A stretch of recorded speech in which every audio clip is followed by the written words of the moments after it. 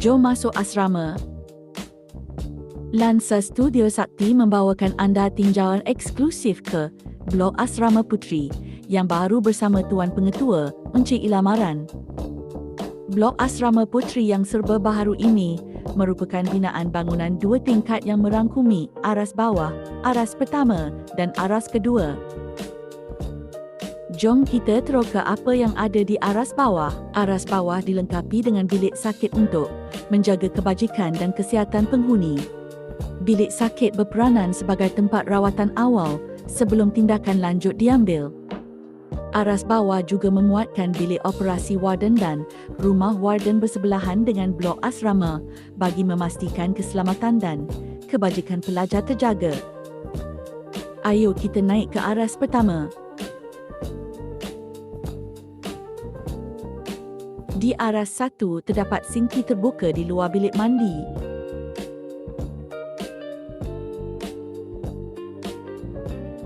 Blok asrama puteri ini juga dilengkapi dengan pondok pengawal.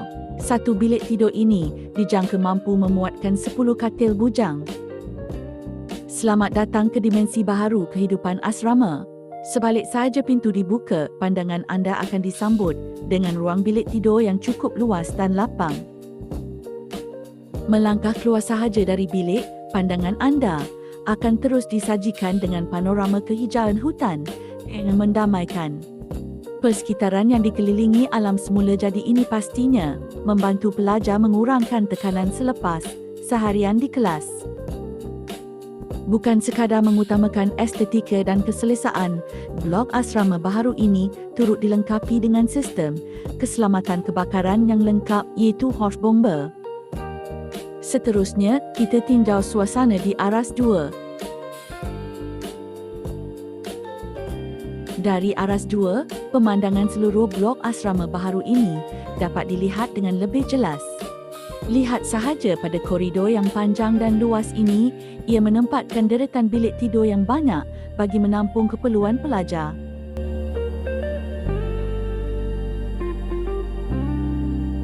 Jom kita masuk ke salah satu bilik tidur di blok baharu ini. Lihatlah betapa luasnya ruang ini dengan 5 buah kipas siling yang berpusing 360 darjah. Terletak tidak jauh dari blok asrama, tersergam indah kediaman rasmi pengetua yang elegan.